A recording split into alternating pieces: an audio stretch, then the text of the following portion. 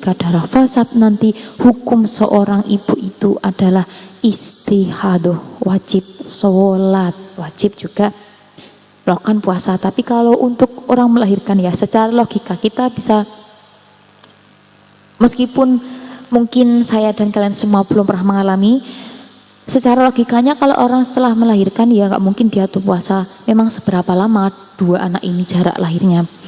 Gini, kenapa ada catatan di antara dua anak kembar ini darah fasad? Ditekankan darah fasad, ingin menekankan hukum bahwasanya nanti dia wajib seperti orang istihadah, yaitu sholat. Karena kadangkala ada orang tua melahirkan anak kembar, tapi jarak kembar ini lama gitu. Kalau memang jarak dia antara kembar yang anak pertama dengan anak kedua cuma 10 menit atau 5 menit, ini nggak mungkin bagi seorang ibu itu untuk melakukan sholat kan ya. Tapi kalau kembar ini kembar 1 hari, bagaimana? Berarti seorang ibu itu wajib untuk sholat, sholatnya seperti orang istihadah. Maksudnya di sini sholatnya seperti orang istihadah itu dia mengikuti tata cara aturan orang istihadah, di mana dia dianggap suci meskipun mengeluarkan darah. Memangnya ada seperti itu? Ada. Orang kembar lahir dalam jangka 1 hari ada. Satu lahir di pagi hari, satunya di sore hari atau di siang. Jarak berapa jam atau itu jarak setengah hari itu ada. Kemarin sudah saya katakan di mana adanya hukum itu pasti ada suatu cabangan masalah. Di situ ketika nanti misalnya contoh seorang ibu ini melahirkan 2 anak kembar, yang mana satu lahir di waktu pagi hari dan 2 nanti yang kedua itu lahir di waktu sore atau misal siang hari, tapi dia sudah melewati waktu sholat duhur lah, katakanlah seperti itu. Ini nanti wajib bagi ibu ini untuk melakukan sholat, dan sebelum itu dia juga wajib mandi gitu. Gimana sholatnya? Pasti kalian akan berpikir, orang dia lagi melahirkan, posisi dia gak memungkinkan untuk dia mau jongkok, mau sujud, mau gini, gimana? Sholat itu bisa dilaksanakan dengan berbagai cara. Orang yang masih bernafas selagi dia masih terdapat nyawa dalam raga dia, ini tetap berkewajiban sholat. Maka dari itu ada nanti ada hukum sholat ajiz. Apa sholat ajiz? Sholat ajiz itu sholat yang diperbolehkan. Ini nanti ada rukhsah tertentu. Jadi nanti kalau seorang ibu yang mengalami hal sedemikian rupa, misal jaraknya malah lebih lama antara anak yang pertama lahir pagi hari, ternyata yang kedua dia belum kontraksi, lahirnya nanti pas waktu malam hari. Ini di waktu selama tenggang waktu ini loh. Selama tenggang waktu anak pertama dan kedua ini, maka dia juga tetap wajib melaksanakan sholat seperti orang istihadah, karena ini termasuk darah fasad. Sebelum saya lanjutkan keterangan ini, saya buka pertanyaan, silakan untuk yang mengajukan pertanyaan. Assalamualaikum warahmatullahi wabarakatuh. Waalaikumsalam warahmatullahi wabarakatuh. Saya izin bertanya. Ya, silakan.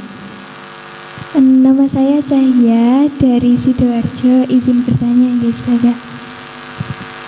Apa hukumnya dalam fikih jika seorang wanita mengalami pendarahan nifas yang terputus-putus atau tidak beraturan? Terima kasih. Wassalamualaikum warahmatullahi wabarakatuh. Baik, dari pertanyaan kakak yang barusan, yaitu dia menanyakan bagaimana dalam fikih hukum seorang perempuan yang mengalami nifas yang terputus-putus tidak beraturan. Gini, ini nanti akan saya bahas setelah bab ini sebenarnya, tapi karena kakaknya tanya nggak apa-apa saya jawab dulu.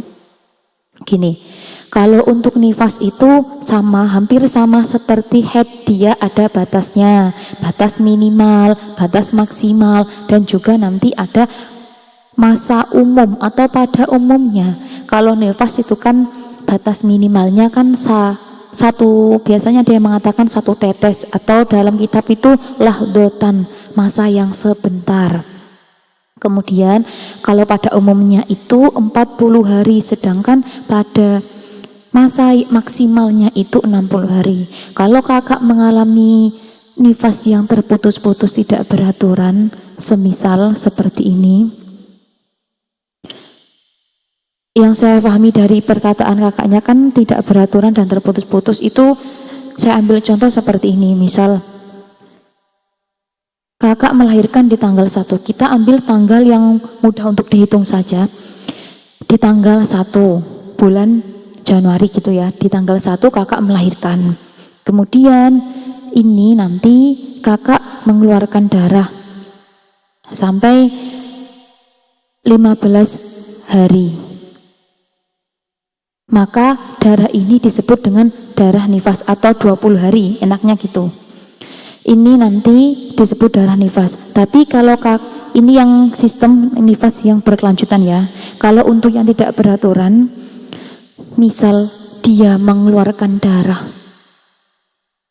tidak langsung setelah melahirkan mengeluarkan darah, di mana mengeluarkannya darah itu antara dia melahirkan dan keluarnya darah ini itu dalam jangka tidak melebihi 15 hari, maka ini darah masih disebut darah nifas. Jadi misal kalian mengalami nifas yang tersendat-sendat, memangnya ada yang seperti itu? Ada orang yang setelah melahirkan dia nggak langsung mengeluarkan darah, mengeluarkan darahnya itu hanya pas ketika melahirkan sama setelahnya. Setelah itu udah, itu darah mampet sampai seterusnya, seperti itu. Itu setelah kalian melakukan selama 15 hari, selama ini dari kalian, misal yang tadi kakaknya melahirkan di tanggal 1, ini tidak mengeluarkan darah.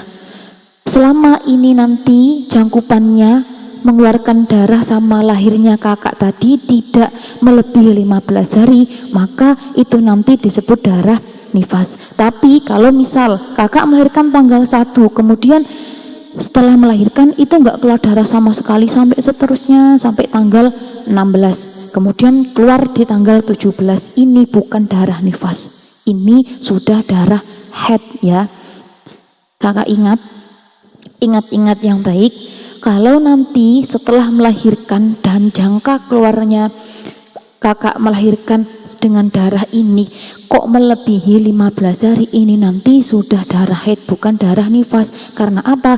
Masa yang kakak lewati masa bersih atau istilahnya disebut nakok. Nakok itu sebutan untuk masa bersih, itu nanti dia sudah mencukupi batas minimal suci itu.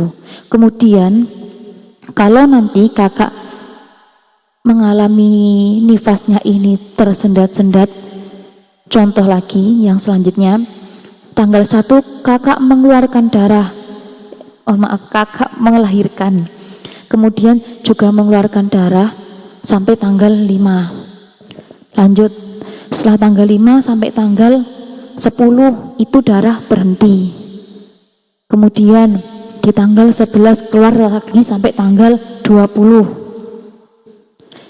Berarti itu kan 1 sampai 20, di mana kakak mengeluarkan darah yang pertama dengan darah yang kedua ini terpisahkan oleh masa bersih yang 5 hari, di mana 5 hari ini belum memenuhi batas minimal suci, otomatis di tanggal 11 sampai tanggal 20 ini nanti juga dianggap nifas gitu nggih.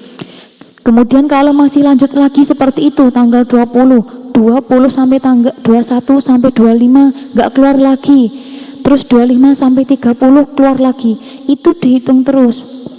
Kalau semisal nanti masih dalam jangkupan masa maksimalnya haid,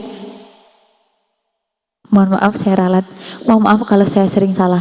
Terkadang apa yang kita ucapkan itu nggak sinkron dengan apa yang kita pikirkan.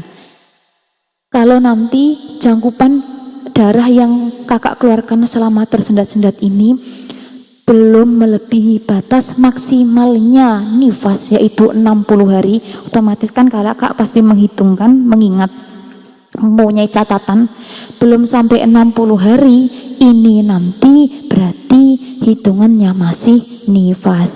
Sama begitu juga ketika kakak keluarnya cuma berapa jam gitu.